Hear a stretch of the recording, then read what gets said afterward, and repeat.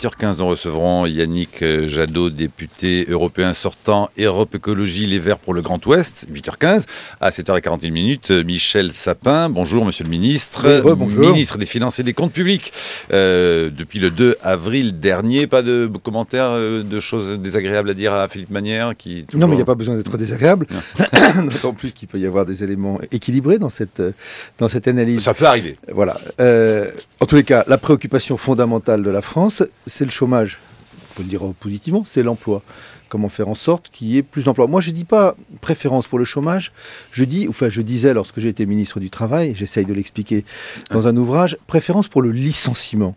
C'est-à-dire que quand une difficulté intervenait dans une entreprise, on attaquait le sujet trop tard, et la seule solution, c'est encore trop aujourd'hui, le licenciement. Alors qu'il peut y avoir... livre, hein, oui, alors qu'il peut y avoir cette manie du licenciement en France. C'est une manie qui est une manie douloureuse, parce qu'elle se traduit quand même par des drames, et lorsqu'il y a une accumulation dans le temps, et une accumulation dans la génération, oui, il y a une génération entière qui vit avec l'idée que le chômage est une probabilité forte, même si statistiquement, ça n'est pas ce qui va frapper le plus les gens dans leur carrière. Mais c'est ça, cette obsession légitime de tomber au chômage. C'est contre cela qu'il faut lutter par un certain nombre de moyens qui ne détruisent pas, je ne sais pas s'il faut dire un modèle social, mais qui ne détruisent pas l'attachement légitime des Français à des mécanismes de sécurité et de solidarité. Alors Michel Sapin, vous venez de le rappeler, vous étiez ministre du Travail juste avant le remaniement, et vous publiez demain chez Flammarion donc un livre intitulé « L'écume et l'océan », sans le sous-titre, chronique d'un ministre du Travail par gros temps. On aurait pu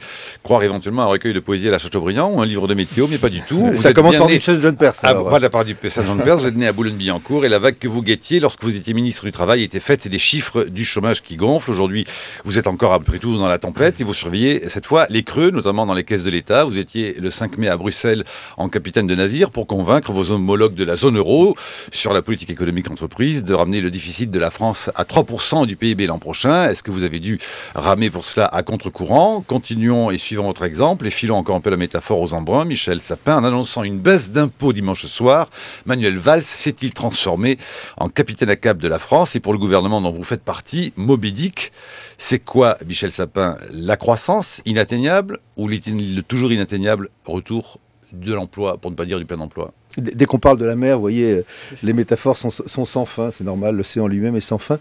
Mais au fond, vous disiez, je suis dans un autre poste. Je suis aujourd'hui aux finances, au compte public. Est-ce que c'est une autre tâche? Est-ce que c'est un autre objectif? Non, c'est toujours le même.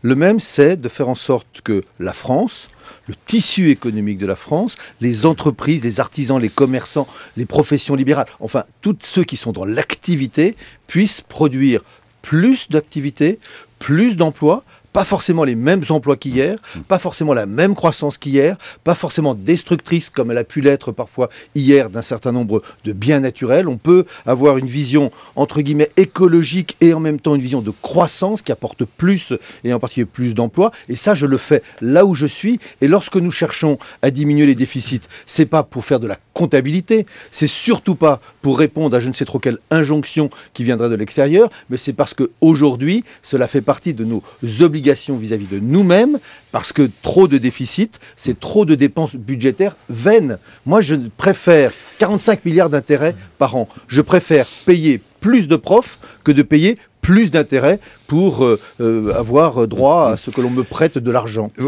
C'est un peu par colère que vous avez voulu écrire ce livre, L'écume et l'océan, parce qu'on vous sent un peu dépité. Vous voulez absolument dire à fond que la promesse de François Hollande n'en était pas une, mais que c'était un cap, la fameuse inversion du cours de la courbe du chômage. On vous dit d'ailleurs, vous vous rappelez que mathématiquement, elle est impossible. Et ici, après tout, Étienne Klein en a fait la démonstration. Vous parlez de temps en temps, de temps à autre, d'une presse que vous trouvez un peu brutale. Le chômage n'a pas baissé. Dès qu'on porte un jugement, même très doux sur la presse, elle ressent les choses mal. Alors qu'est-ce que je devrais dire, moi, quand je lis la presse dans ces jugements vis-à-vis des politiques? Donc chacun a le droit de juger et de commenter les autres. Non, mais qu'est-ce que je veux dire? Qu'est-ce que je dis aussi dans ce livre?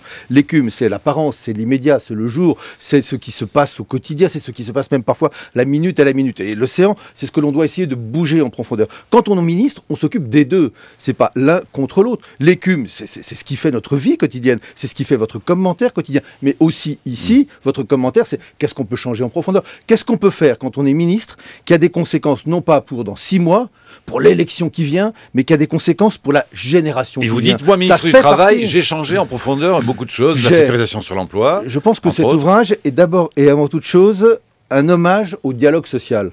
Et donc un hommage à d'autres qu'à moi-même. Hommage vibrant à Bernard Thibault, entre autres. À Bernard Thibault, à François Chérec, même à Laurence Parisot. Ou à Laurence Parisot. Les trois. J'ai d'ailleurs fait très attention. Trinité respectée. J'ai fait très attention. Quelle diplomatie. À ne donner faire des portraits de cette nature que de ceux qui ne sont plus en responsabilité, parce que je suis aussi un ministre en responsabilité et je n'ai pas à juger positivement ou négativement ceux qui sont aujourd'hui mes interlocuteurs. Donc c'est d'abord un hommage au dialogue social, parce que je pense que si l'on veut changer en profondeur, et si en particulier on veut rompre avec cette priorité au licenciement, il faut mettre en œuvre un dialogue social de qualité, ce qui n'est pas le cas aujourd'hui. Ça commence à devenir le cas, mais c'est tout juste le début d'un dialogue social efficace en France. Au fur et à mesure que votre livre avance, vous notez tout de même que l'insatisfaction régulièrement s'installe. Comment ne pas l'être? Écrivez-vous, page 137. Je la comprends, je la partage même. Comment comprenez-vous aujourd'hui ce nouveau parti qui s'appelle les socialistes affligés, Michel Sapin? Je ne suis pas sûr que ce soit un parti, mais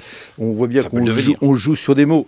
Il ne suffit pas de jouer sur les mots pour trouver les solutions et pour apporter des solutions à des problèmes qui sont des problèmes très lourds. Donc au-delà des jeux de mots, moi je préfère essayer d'avoir une mais vision... quelque chose, ces jeux de mots. Entre les économistes attristés et les socialistes affligés, ça fait beaucoup de gens qui commencent à avoir... Après, il y a les libéraux, je ne sais pas comment. Et donc, voilà. Donc on est dans des jeux de mots, c'est toujours intéressant, ça m'amuse, je suis capable de faire des jeux de mots. Mais là où je suis, ce ne sont pas les jeux de mots qui comptent, ce sont les décisions et la clarté dans ces décisions. Je pense qu'aujourd'hui, dans le débat politique d'aujourd'hui, par rapport à ce que les Français attendent, s'il faut de la clarté. Quand nous disons aujourd'hui, dans le contexte d'aujourd'hui, la priorité pour qu'il y ait plus de croissance et plus d'emplois, c'est d'alléger les contraintes, et en particulier les impôts, les cotisations qui pèsent sur les entreprises. Je suis clair. Je ne suis pas de droite, je suis de gauche. Je pense que quand on défend une entreprise, comme un salarié ou un syndicaliste dans son entreprise, on défend un bien qui est ainsi un bien commun et qui est celui qui va apporter aujourd'hui, dans le contexte d'aujourd'hui, un certain nombre de solutions. Nous le disons clairement. Quand nous disons qu'on ne peut plus financer telle ou telle action nouvelle ou telle diminution d'impôt par l'augmentation d'un autre impôt, je pense que nous sommes clairs. D'autres, à droite, ou nous-mêmes, à gauche, nous avons, je crois qu'on ne pouvait pas faire autrement dans un premier temps, augmenter 30 milliards sous Sarkozy, 30 milliards aujourd'hui, 60 milliards d'impôts, c'est beaucoup. Et comme le disait le Premier ministre, c'est trop. Donc nous disons clairement, ça n'est pas par l'augmentation des cotisations et des impôts que nous pourrons financer ça. Voilà, il faut être clair, il faut être simple, il faut être compréhensible de la part des Français.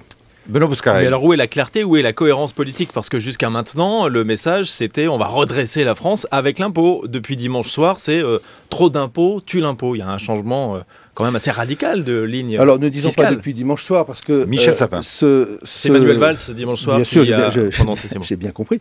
Il l'a dit très clairement, et c'est une des grandes qualités de Manuel Valls, c'est justement de dire clairement et d'assumer les positions qui sont celles que nous prenons. Mais c'est le président de la République qui, en janvier dernier, même d'ailleurs le jour de ses vœux, a lancé cette clarification, cette précision, cette détermination dans la mise en œuvre de cette politique. Elle n'est pas en rupture. Quand nous avons mis en place le CICE, le crédit d'impôt compétitivité emploi, c'était déjà le principe qu'il fallait alléger un certain nombre de charges qui pèsent sur les entreprises. Là, il y a des questions maintenant des ménages. Les 650 000 ménages qui sortiront de l'impôt sur le revenu entre 1,2 et 1,3 SMIC. Mais voilà. Le deuxième élément, puisque le pacte dit de responsabilité des entreprises dans la création d'emplois, responsabilité des partenaires sociaux pour exiger que ces emplois soient créés et que ce soient des emplois de qualité. C'est aussi un pacte de solidarité, parce que oui, il y a des Français, souvent les plus modestes, qui portent sur leurs épaules le poids d'un certain nombre d'efforts. Nul ne peut être exonéré des efforts. Mais enfin, quand les efforts portent sur ceux qui ont très peu, il y a quelque chose qui ne va pas. Et c'est la raison pour laquelle les premières baisses d'impôts, ce sont des baisses d'impôts au profit des plus faible des Français. Et pas au profit des classes moyennes qui vont se sentir de plus en plus bien entendu. Et après, quand ce seront pour les classes moyennes, on dira mais les classes aisées, etc., etc. On peut faire ce raisonnement sans fin. À un moment donné, on commence. On allait commencer en baissant l'impôt des plus riches? Non. On commence en baissant l'impôt des plus modestes des Français. Ça me paraît être peut-être justement la preuve de la justice de notre politique. Mais est-ce qu'il faut comprendre, cela dit, que le gouvernement commence déjà à dépenser les retombées attendues, 50 milliards d'euros d'économie pour cette mesure-là, Michel Sapin? Mais baisser un impôt, c'est pas une dépense. Donc il y a une espèce de trouble dans les mots. Il y a trouble dans les mots. Il y a un trouble dans les mots. Donc nous considérons, mais c'est dit depuis longtemps déjà, c'est pas nouveau, que dès 2014, il faut éviter, pour le dire clairement, que des Français dont les revenus n'ont pas augmenté l'année dernière se voient payer des impôts. C'est des petits revenus. Et il y a des gens que ça n'a pas augmenté. Ils avaient 1000 euros, ils ont 1000 euros par mois, ils avaient 1000 euros, ils ne payaient pas d'impôts, ils ont 1000 euros, ils payent des impôts. Voilà, il y a un sentiment de frustration. Quand vous gagnez plus, vous dites tiens, j'ai payé des impôts, c'est plutôt bon signe, c'est que j'ai gagné plus. Là, ils n'ont pas gagné plus. Parfois, ils ont même gagné un peu moins et ils vont se mettre à payer des impôts. La réponse est non. Donc nous prenons une mesure pour éviter ce qui me paraît être une injustice. Caroline Fourest. Sans entrer dans le débat, Michel Sapin, sur social-démocrate ou social-libéral, qui est assez piégé et qui sert souvent plutôt des postures que des débats concrets, sur la question des contreparties demandées aux entreprises. On comprend que vous nous disiez, on pense qu'il faut à la fois réduire le déficit et à la fois favoriser l'embauche par alléger des charges des entreprises. Mais pourquoi pas plus de contreparties en échange? Est-ce que c'est parce que vous ne voulez pas, presque idéologiquement, ou est-ce que vous ne pouvez pas? Michel Sapin. Mais c'est pas que nous ne voulions pas, et c'est pas que nous ne puissions pas. Nous le voulons, et nous le pouvons.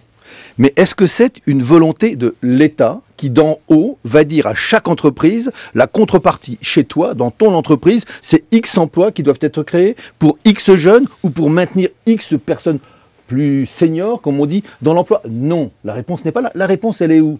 Dans ce fameux dialogue social, dans cette fameuse capacité pour les partenaires sociaux, dans les branches et dans les entreprises, de regarder, de débattre, de discuter, d'exiger lorsqu'on est une organisation syndicale. Est-ce que vous savez qu'il y a des organisations syndicales, aujourd'hui, qui ont donné le mode d'emploi du CICE à leurs représentants dans les entreprises en leur disant « Allez regarder à tel endroit, vous allez avoir la somme touchée là, aujourd'hui, par l'entreprise et demandez à votre patron ce qu'il en a fait de cette somme-là. Est-ce qu'il a investi?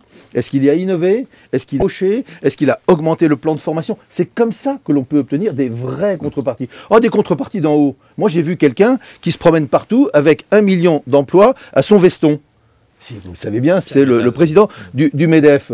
C'est une contrepartie, ça, un PIMS d'1 million d'emplois? Non, c'est très bien, un slogan, c'est un chiffre, mais on peut en mettre 2, on peut en mettre 3, et puis on peut en mettre tout le long de son veston. Non, c'est pas comme ça que ça se passe, ni du côté du patronat, ni du côté de l'État. C'est par ce dialogue social, cette capacité réelle pour des partenaires sociaux à faire en sorte que dans l'entreprise, ce soit un bien commun, et que ça se passe en particulier par des créations d'emplois et de l'investissement, ça changera. Philippe Manière.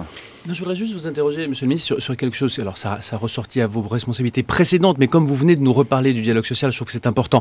Vous insistez toujours, vous et vos amis, sur le dialogue social, sur la révérence qu'on doit aux partenaires sociaux. Et quand ce fameux accord national interprofessionnel a été signé en janvier, plutôt que de le transposer tel quel, vous l'avez très fortement amendé. Entre le texte qui avait été signé par les partenaires sociaux et le texte de loi qui finalement le transposait, il y a eu énormément de changements, presque tous liés d'ailleurs à l'intervention de votre ministère et qui allaient presque tous évidemment dans le sens d'un équilibre plus favorable aux salariés. Alors est-ce qu'on peut dire le matin que les partenaires sociaux c'est formidable et l'après-midi modifier ce qu'ils ont signé ensemble? Michel Sapin. Non, mais c'est vous qui dites quelque chose d'inexact, pardon de le dire comme ça. C'est inexact, c'est pas à moi de le juger. C'est peut-être à vous de le juger, mais ceux qui ont signé cet accord ont rendu hommage pour avoir fait respecter, pour avoir respecté moi-même et avoir fait respecter l'équilibre de cet accord. D'un côté comme de l'autre. Demandez-leur, demandez à Mme Parisot ou demandez aux signataires syndicaux du côté CFDT, CFTC ou CGC, vous verrez qu'ils ont la même parole. On ne peut pas transcrire un accord comme ça. C'est un accord, c'est pas un texte de loi. Donc il faut bien le faire passer en article de loi. Et au moment où on passe en article de loi, il y a un certain nombre de questions qui se posent. C'est mon rôle aussi, c'était mon rôle de poser, de trouver des solutions à ces questions. Non, je pense que la vérité du dialogue social à la française, il est particulier. C'est pas comme en Allemagne, c'est pas comme dans les pays nordiques. Il y a un rôle pour l'État. Et les partenaires sociaux sont les premiers à venir voir l'État, ou le ministre, ou les ministres, en leur disant, là, est-ce que vous pouvez nous aider à surmonter la difficulté? C'est pour ça que je dis souvent, c'est un dialogue à trois. Et il faut respecter aussi le mode de démocratie qui est le nôtre.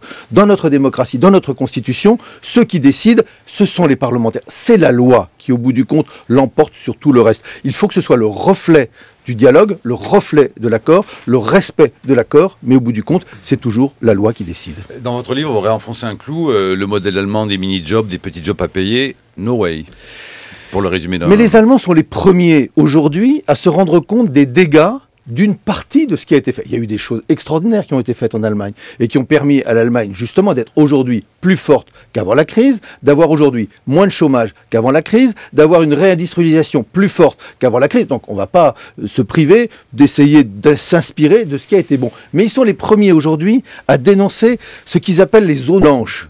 C'est-à-dire des territoires entiers ou des professions entières où il n'y a plus aucune réglementation. Si aujourd'hui l'Allemagne veut met en place un SMIG, c'est bien parce qu'il y avait un problème en Allemagne. Ce n'est pas la peine de se créer nous-mêmes le problème. Donc conservons nos systèmes de régulation et de protection, mais mettons en place des mécanismes qui permettent de s'adapter plus vite et de le faire par le dialogue. Il nous reste une minute, Benoît Boscarel. Oui, Cécile Duflot hier évoquait un bal des faux culs à propos de cette règle des 3% de déficit imposée par Bruxelles et qui impose selon elle une vision un peu trop comptable des comptes publics et qu'il faudrait réformer d'après elle. Qu'est-ce que vous répondez à votre ancienne collègue du gouvernement? Je suis tout prêt à la rencontrer à nouveau pour lui expliquer pourquoi à l'époque le chiffre de 3% est arrivé. Est-ce qu'il est tombé du ciel comme ça? Non.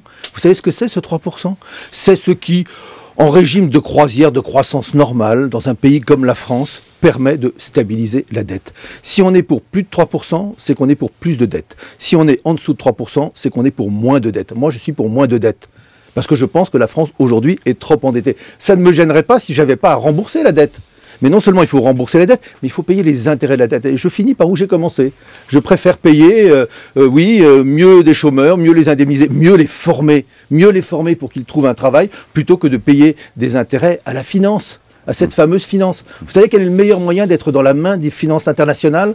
C'est de leur demander de l'argent, de leur emprunter de l'argent et de leur devoir de l'argent ensuite. Moi, je n'aime pas ça. Michel Sapin, merci d'avoir accepté notre invitation. L'écume et l'océan, chronique d'un ministre du Travail par Grottan chez Flammarion. Je sais que vous devez aller chez le Premier ministre, la Badiel Valls. Il y a un chapitre dans votre livre qui s'appelle Les courberies de Scapin. Vous les voyez comment les courbes de Sapin. Les courberies de Sapin. Allons jusqu'au bout du jeu de mots. Les courbes qui ne marchent, qui se croisent, Hollande qui n'en finit pas de tomber et Valls qui est toujours en haut.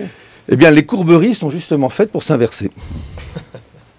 8h17. Bonjour Brice Couturier. Bonjour Marc. Chronique. Alors que l'Union européenne rêve d'un très hypothétique Airbus de l'énergie, l'actualité ne cesse de retoquer tous nos beaux plans mirobolants. Plus grave, la distance se creuse en Europe entre les proclamations et les résultats. Un jour, c'est Alstom qu'on achève de dépecer et qu'on liquide parce que l'ancien fleuron de l'industrie française se découvre dépassé par les évolutions du marché. Avec un endettement de plus de 2 milliards, un cours de l'action qui a été déprécié de 50% en 3 ans. Le lendemain, c'est Vladimir Poutine qui dépaisse, lui, l'Ukraine, mais tient en respect nos velléités de représailles européennes en rappelant à nos chers dirigeants que nous dépendons tous du gaz russe.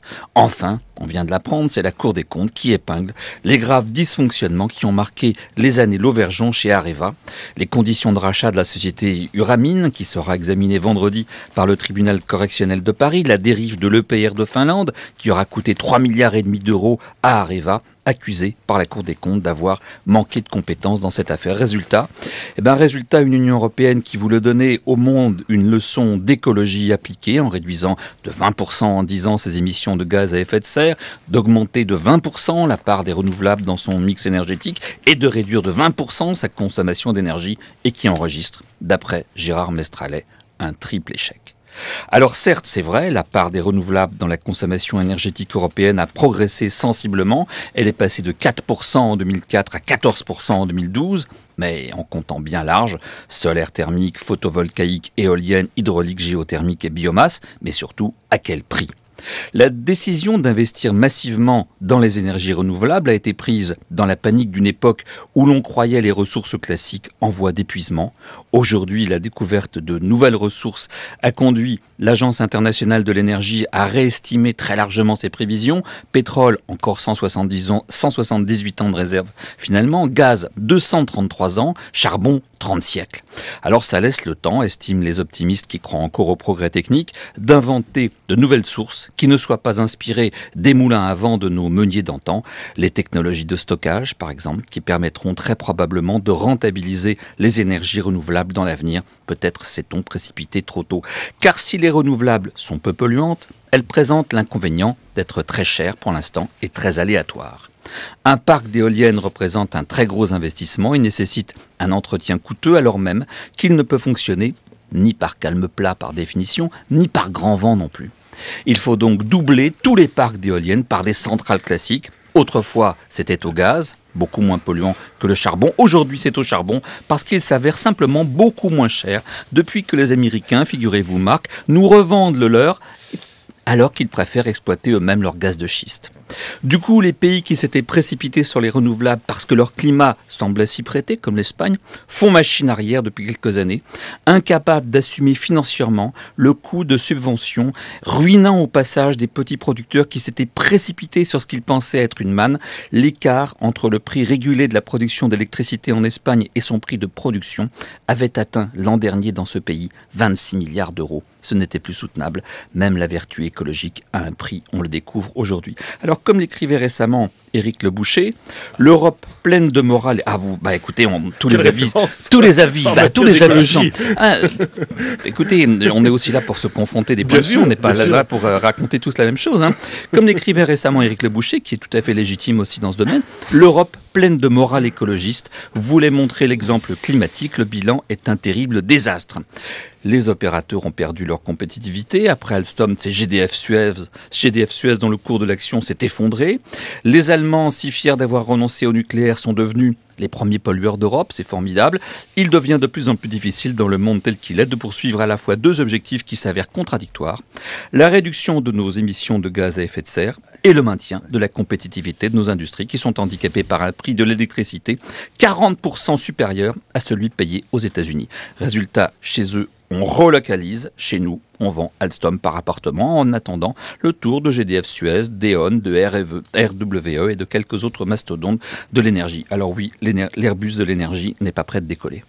Yannick Jadot, je vous ai vu hausser les sourcils à plusieurs reprises. Oui, parce que moi je veux bien qu'on mette tous les éléments ensemble comme ça et que ça produise un panorama absolument cauchemardesque à la fois de la politique européenne en matière d'énergie, qui n'est pas une compétence européenne, et des énergies renouvelables et de la transition énergétique. Malheureusement, je veux dire, si on avait le temps de reprendre un à un, les éléments, on pourrait déconstruire. Encore une fois, au niveau européen, le traité de Lisbonne dit clairement l'énergie relève d'une compétence nationale. Donc tout ce qui relève des échecs que vous avez mentionnés, le nucléaire, qui aujourd'hui est beaucoup plus cher que l'éolien, le gaz et notre dépendance vis-à-vis de la Russie, le fait que, effectivement, aux États-Unis, avec le gaz de schiste, ils ont une énergie moins chère, mais tous les experts, y compris Total, GDF, tous disent que si on exploitait le gaz de schiste en Europe, ça ne serait pas moins cher que le gaz conventionnel, parce que les conditions d'exploitation du gaz de schiste en Europe et aux États-Unis ne sont absolument pas identiques. On n'a pas commencé à prospecter, on peut difficilement le savoir. Non, mais regardez toutes les compagnies, y compris Total, les compagnies américaines se retirent tous de Pologne. Elles se retirent de Pologne, ça coûte trop cher en Europe, parce que la concentration de la population n'est pas la même, parce que les conditions d'exploitation ne sont pas les mêmes, parce que nous avons heureusement des normes environnementales et sanitaires en Europe qui ne s'appliquent pas aux États-Unis, notamment dans des déserts en matière d'habitation.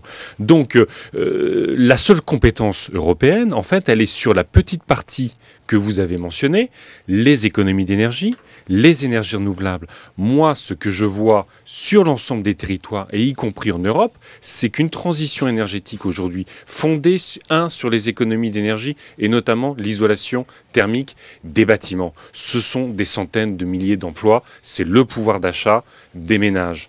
Deuxièmement, les énergies renouvelables. On nous a promis au Grenelle de l'environnement des centaines de milliers d'emplois dans les renouvelables et puis on les voit toujours pas. Hein. Mais parce que il vous a pas échappé que, notamment sous le gouvernement Fillon, il y a eu un moratoire sur le photovoltaïque. 15 000 emplois ont été perdus dans la filière photovoltaïque en France. Les emplois dans le photovoltaïque, ils sont surtout en Chine à l'heure actuelle. Non, mais attendez, moi je me suis battu au Parlement européen pour lutter contre le dumping chinois sur les panneaux photovoltaïques. Et j'ai réussi, pour le coup, avec l'ensemble des groupes politiques, à pousser la Commission européenne à exercer des droits anti-dumping sur les panneaux chinois. Ça tuait une industrie qui est performante, innovante, compétitive.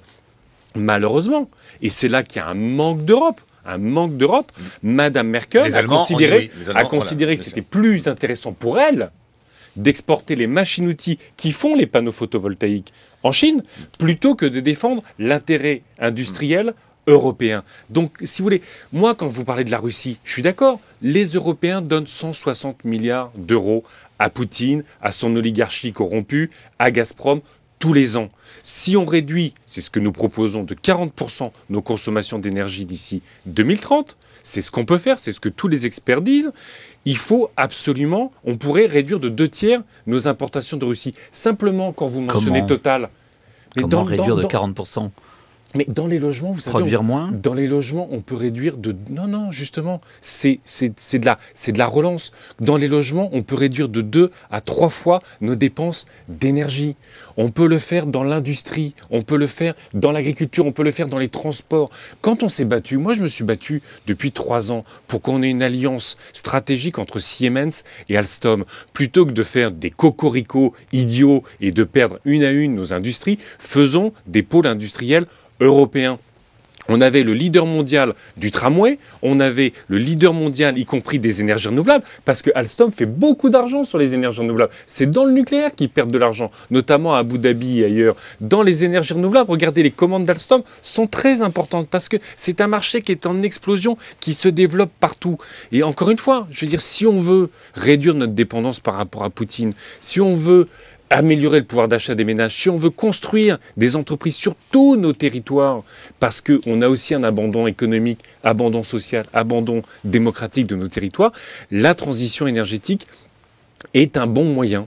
Est-ce que vous avez eu assez de temps pour répondre au point que non, vous mais, vouliez... Non, mais ce qui est intéressant, c'est que vous savez, moi, au Parlement européen, je vois EDF Total. À chaque fois qu'on veut faire des économies d'énergie, ils disent « Oh là là, mais pas maintenant. On fait ça, on fait notre publicité là-dessus, mais pas maintenant, parce que 1 kWh d'économiser sur votre facture, c'est 1 kWh de moins dans le chiffre d'affaires d'EDF. Quand on se bat pour avoir des voitures plus performantes, vous avez Total qui vient, parce que 1 litre d'essence de moins dans votre voiture, c'est 1 litre d'essence de moins dans leur chiffre d'affaires. Voilà le combat. C'est un argument de vente formidable quand même quand vous êtes je capable peux vous de dire... faire baisser la consommation. Et je Donc, peux j'ai du vous mal dire à croire que les constructeurs ont intérêt à augmenter la consommation d'essence de leur modèle. Parce que la plupart des constructeurs aujourd'hui font de la valeur ajoutée sur les grosses automobiles, pas sur les petites voitures performantes. Ça, c'est la rentabilité des constructeurs automobiles telle qu'elle se construit aujourd'hui.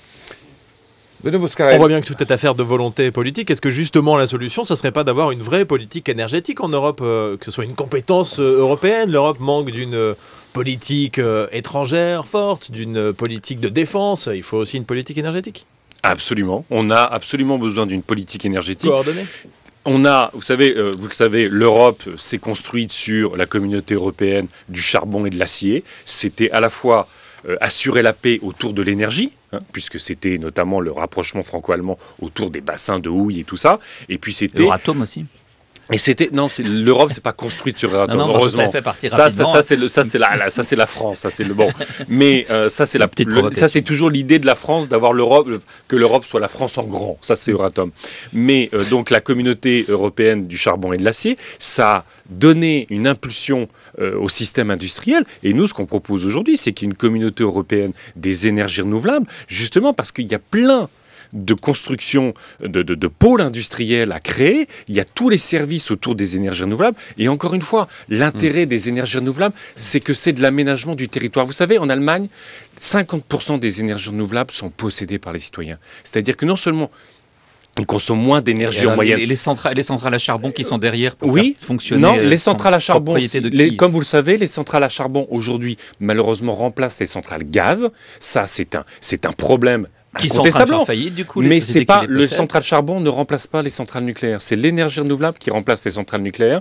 Malheureusement, parce que le charbon, effectivement, pas cher sur les marchés internationaux, il remplace les centrales gaz. C'est un vrai problème. Mais ce que je voulais dire, c'est quand les citoyens, comme en Allemagne, s'emparent de leur destin énergétique, ils consomment moins chez eux et ils s'organisent soit au niveau de leur maison, soit en coopérative pour produire des énergies renouvelables. Vous comprenez que c'est un combat titanesque avec les géants de l'énergie qui voient disparaître la rente au profit du pouvoir des citoyens. Alors, Benoît Bouscarel. Puisqu'on parle d'énergie, un mot sur Areva, ces conclusions de la Cour des comptes, Yannick Jadot. Qu'est-ce que ça vous inspire, cette fuite en avant dans la stratégie d'Areva? Vous savez, quand les écologistes dénoncent Areva, cette fuite en avant, on les accuse d'être irresponsables. Quand vous avez un rapport de la Cour des comptes, on dit d'un seul coup comment les écologistes n'ont pas pu faire entendre raison sur Areva. Oui, on sait bien que la stratégie d'Anne Lauvergeon était totalement folle. La stratégie autour de l'EPR est totalement folle, y compris les pro-nucléaires ne défendent pas l'EPR. Il faut quand même le dire. Yannick Jadot, Manuel Valls a promis donc une loi sur la transition énergétique avant l'été, qui comprend de limiter le nucléaire à 50% de la production d'électricité d'ici 2025 et qui doit être présentée en Conseil des ministres avant l'été et discutée au Parlement à l'automne. Est-ce que vous ne regrettez pas d'être parti du gouvernement ? On verra ce qu'il y a dans la loi sur la transition énergétique. J'espère qu'on définit réduction de 30% de la consommation d'énergie fossile d'ici à 2030, 40% de nos émissions de gaz à effet de serre à la même échéance. Et Ségolène Royal en a rajouté une couche en disant on fera 100 000 emplois. Mon objectif sur les 3 ans qui viennent, c'est de créer 100 000 emplois grâce à la transition écologique et énergétique. Et j'espère que, si vous voulez, un enjeu aussi essentiel que la transition énergétique dans notre pays ne dépend pas, franchement, d'une coalition gouvernementale. Nous avons fait le choix de ne pas rester au gouvernement. C'est plus simple d'être aux manettes quand même pour faire avancer les choses. S'il suffisait de mettre un ministre à la tête d'un ministère pour que d'un seul coup, ce ministre engage l'ensemble du pays sur une situation. Non, mais attendez, vous savez, moi j'étais. Non, attendez. Oui, mais moi j'étais au Grenelle de l'environnement. À l'époque, j'étais à Greenpeace. Quand c'était Borloo. Borloo a initié un ministère qui était plus important, plus puissant que celui de Ségolène Royal aujourd'hui. C'était un type convaincu sur les questions d'environnement quand il était à ce ministère-là. Au bout d'un an, il était cramé. Il était cramé parce que Matignon ne lui donnait aucun arbitrage, Bercy ne lui donnait aucun moyen et que le président de la République, à l'époque, l'a totalement lâché. Donc il ne suffit pas d'avoir un grand ministère, il ne suffit pas même d'avoir un bon ministre. Moi, j'attends toujours que Ségolène Royal et aussi des propos très allants sur l'écologie. Elle était écologiste avant d'être ministre. J'espère qu'elle va le rester quand elle était ministre. Elle a remplacé, à quelques mois d'intervalle, quelqu'un qui est devenu écologiste après avoir été ministre. J'aimerais bien que ce soit les ministres de l'Environnement soient écologistes au moment où ils sont en poste. Caroline Forest. Simplement, on voit bien que c'est plus difficile pour vous aujourd'hui de vous démarquer des objectifs écologistes puisque vous les avez fait largement partager. Néanmoins, même si vous l'avez dit, Jean-Louis Borloo peut être cramé au bout d'un an, il affichait des objectifs très écologistes. Aujourd'hui, on a Ségolène Royal qui affiche des objectifs très écologistes. Donc du coup, à la veille de ces européennes, votre positionnement par rapport au Parti socialiste se situe sur quelle thématique en profondeur? Par exemple, sur la question économique, on vient de recevoir Michel Sapin. Est-ce que vous pensez, vous, qu'il ne faut pas se désendetter, qu'il ne faut pas faire ces 50 milliards d'économies et que c'est vraiment un point qui vous démarque des socialistes? Yannick Jadot. La façon dont on se différencie, ce qui est jamais un objectif de campagne, mais la façon dont on se distingue du Parti socialiste, c'est évidemment aujourd'hui sur la question européenne, parce que c'est une élection européenne. Après tout, vous êtes le seul parti qui a le mot Europe dans son nom. Europe, écologie, en permanence, oui, on est des pro-européens convaincus. Moi, je me considère comme un souverainiste européen. Je me bats pour les États-Unis d'Europe parce que je pense que face à Poutine, face au dérèglement climatique, face à la spéculation financière ou face à des acteurs comme Mittal, sans Europe, on sera balayé. Je veux dire, si on n'a pas l'Europe, y compris pour réguler la mondialisation, on sera régulé par la mondialisation. La question du pacte de responsabilité, si on devait suivre strictement les recommandations du pacte de stabilité européen, c'est 20 milliards d'euros d'économies que la France devrait faire. Je veux dire, le pacte de responsabilité, le CICE, c'est une construction française de réponse structurelle cette fameuse politique de l'offre. Donc c'est une construction. Je veux dire, il faut faire attention. Moi, je suis pour que aujourd'hui, on sorte de l'austérité à l'échelle européenne, parce que je pense qu'on est en train de tuer toute perspective de relance économique, de modernisation de l'économie, et donc de construction sociale et de construction démocratique. Moi, ce que je constate, et là où on a une différence fondamentale avec les socialistes, c'est sur le budget européen. Le budget européen de la partie de 2014 à 2020 est un budget qui a été sacrifié, y compris par les socialistes européens, y compris par François Hollande. On a 85 milliards d'euros de moins d'investissement et de solidarité. Écoutez un Jacques Delors, il était absolument furieux de la position et du président de la République et du groupe socialiste, qui ont rejoint sur cette affaire-là l'UMP, comme les centristes. 85 milliards d'euros en moins d'investissement, c'est notre capacité à moderniser notre économie. C'est la faute à Martin Schulz, Yannick Jadot ? Ah, mais Martin Schulz, vous savez, moi je suis stupéfait. Si vous voulez, le problème de cette campagne... Dr Martin et Mr. Schulz. Hein, ça, c'est la campagne européenne, si vous voulez. Alors, y compris comme personne ne s'intéresse vraiment aux questions européennes, on peut dire à Paris absolument l'inverse de ce qu'on fait à Bruxelles. Personne ne vient vous taquiner. Et M. Schulz, effectivement, quand il est en campagne, il est le candidat anti-austérité, il est le candidat comme le président Hollande d'une Europe qui investit, d'une Europe qui protège, mais vote après vote, il a construit l'austérité, il a construit la réduction des budgets européens. Franchement, aujourd'hui, sur un certain nombre de nos sujets, si on ne met pas en commun la recherche, l'innovation, le développement industriel, la transition énergétique, vous l'avez dit, la politique extérieure, et pour ça, il faut une politique de défense.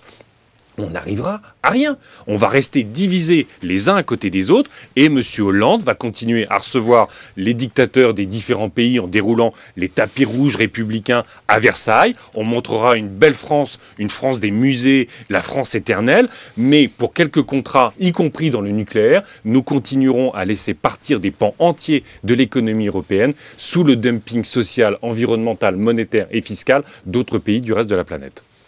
Bon, alors, il manque plein de politiques en Europe, hein, on l'a dit, Yannick Jadot, mais il y en a une qui est bien intégrée, c'est la politique commerciale. Parlons de ce GMT, le grand marché transatlantique. Un traité est en discussion en ce moment, de manière très opaque d'ailleurs, très peu transparente, entre la Commission européenne et les États-Unis, pour créer donc ce GMT qui serait le plus grand marché de libre-échange mondial. Plus de la moitié, ou la moitié à peu près du PIB mondial reposerait sur ces échanges. On en entend très peu parler finalement, et paradoxalement, dans cette campagne de ce GMT. Ça serait pourtant pour vous un axe important de campagne. Je peux vous dire que je fais énormément de réunions dans ma circonscription autour du traité transatlantique, et ça marche très bien. Parce que c'est... Non mais, pourquoi ça marche ? C'est parce que ce traité... fantasme du complot. Hein. Non, ce traité de libre-échange transatlantique, il raconte une histoire de l'Europe. Est-ce qu'on est pour que l'Europe soit simplement un grand marché, y compris un grand marché élargi aux États-Unis? C'est quand même le rêve des Britanniques, d'ailleurs, avec Madame Merkel qui veut développer ses exportations. Vous savez, chez les Britanniques, vous avez deux hémisphères, vous avez l'hémisphère européen, l'hémisphère américain. Les réconcilier en niant tout espace politique, en faisant simplement des échanges, c'est le rêve britannique. Mais donc, ce grand marché, c'est la dilution.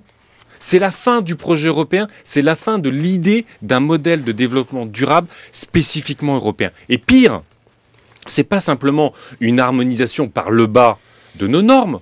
On l'a vu sur les questions sanitaires, des OGM, on est de à tous égalité, ces choses-là. Pourquoi ça serait une égalité par le bas ?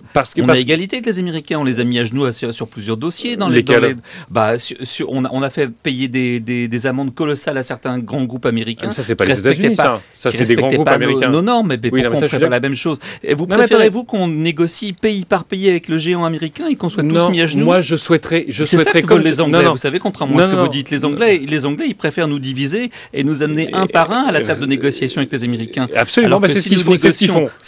Alors que si nous négocions en bloc européen, nous sommes aussi puissants que les Américains et nous pouvons obtenir pas mal de choses. Oui, sauf que, comme vous le voyez, sur la Russie, sur la Chine, sur pas mal de dossiers, aujourd'hui, les Européens sont très divisés entre eux.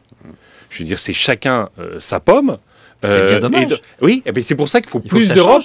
Oui, mais c'est pour ça que moi je me bats pour plus d'Europe, je me bats pour une vraie politique européenne, une vraie politique industrielle européenne, et sur cette base-là, discutons avec les Américains. Là, aujourd'hui, on va se faire taillé en pièces. Mais le plus grave dans ce traité transatlantique... Pourquoi d'avance? Pourquoi si défaitiste parce que je sais ce qui s'est négocié avec le Canada. Je sais l'addition des traités de libre-échange que mène l'Europe aujourd'hui. C'est un dogmatisme libéral qui vise en permanence à fantasmer l'idée que renforcer le pouvoir des grands groupes internationaux dans ce monde, c'est sortir l'économie de la crise. Alors que je pense que c'est 0,5% de PIB d'après les oui, experts. alors, 0,5% de PIB en supplémentaire. En si 2027, et quand j'interroge directement le commissaire européen sur les bénéfices qu'il entrevoit, 545 € par ménage en 2027, lui-même dit c'est absolument n'importe quoi. Et je lui réponds pourquoi vous mettez ça en permanence sur vos documents de communication? Le plus grave dans ce traité, c'est qu'on va avoir une souveraineté démocratique qui va partir sur les firmes multinationales parce qu'avec l'accord d'investissement qui est prévu dans ce traité, les multinationales pourront attaquer les États quand ils perdront des bénéfices. C'est ce que fait Philip Morris avec l'Australie et l'Uruguay. Ils demandent des milliards d'euros d'indemnités parce que ces pays mettent en place des politiques anti-tabac qui obèrent les bénéfices de Philip Morris. Caroline Forest, qui veut la parole depuis longtemps. Un dernier mot sur la crise gravissime qui secoue l'Ukraine. Vous en avez parlé à plusieurs reprises sur les dossiers de Gazprom, d'opposition à Vladimir Poutine. Qu'est-ce que vous pensez du fait qu'à gauche de la gauche, certains considèrent que c'est plus la faute de l'Europe que de Vladimir Poutine?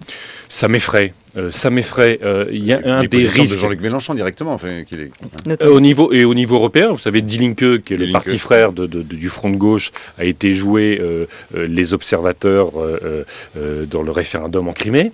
Non, je trouve ça extrêmement inquiétant parce que ce qui s'organise malheureusement au niveau même du Parlement européen, c'est un groupe important avec toutes les extrêmes droites, y compris pour certaines financées directement par Poutine et le gaz russe, une partie de la gauche qui va être un groupe qui va défendre au sein des institutions européennes l'autocratie, au sein de l'Union européenne, avec des mecs comme Orban, qui feront évidemment l'alliance avec Jobbik, le parti d'extrême droite ouvertement néo-nazi, et qui défendront y compris les dictatures en dehors de l'Europe. Jusqu'à maintenant, le Parlement européen était une institution qui se battait pour le droit des femmes, qui se battait pour les droits des minorités, qui se battait pour la démocratie, l'état de droit, les libertés publiques. Et je crains qu'il y ait une partie du Parlement européen qui tombe sous le joug de Poutine. C'est extrêmement grave et je suis absolument effaré de cette alliance, pour le coup, entre l'extrême droite et certains responsables de gauche pour la défense de Poutine, qui est un dictateur, qui organise une société post-fasciste en Russie.